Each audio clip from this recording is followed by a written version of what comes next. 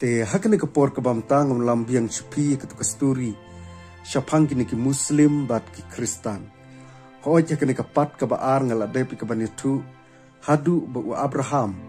Ula yo yu ukun u baar ujung u Isak nakasara.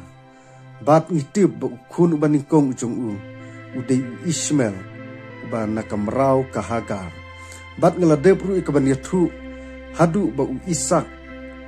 ula yo ika jingya yaj samla ke jung u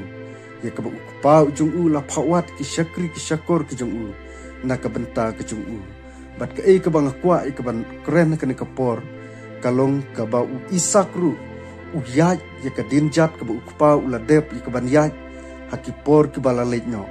namar u Isak ru ha ka jinglong temen ke jung u syam lapat yo khun na ka Rebeka bat ka Rebeka ru ha ka jinglong temen ke jongka kadang long lingki bat kiyai duai bat karibi karu kayai keli na ublei bat kadang yai duai na kebenta kejung u bat ublei ula jubab ya karibika bat ublei ula ongru hakaribika te kala let ya keban keli u try bat utrai ula ongaka don haka kupo jong pa ar ki jaj benriu bat ar ki pajba ken sia klatno yalate hi haka kupo jungpa but wei upai lang unkam donbor ya uta uwei pan but uta ubahashwa unsyakri ubahatin but dei kini kikentin kiba ublei ula kren ya ka Rebeka kabalong ke tengah ke jung Isak but kini kikentin ki pau syai ya ke jing ya klat but ke jing bom ya snutu jengmut haka kupo laneh ki kun jong karibika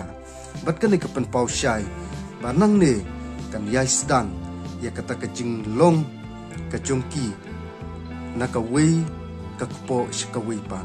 te hakan ke por ka bamta ngan pen kut no ang ne bat lada pikwa e ka ban syem ke ke benta pila ban syem na ka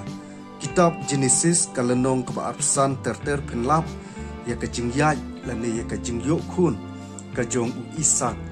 bat ka Rebeka te kani ka bentangan penkut no ang ne bat ngan sadang penmi ya kapat ka basau te tangkini ki kentin ki bakendian kublei shibun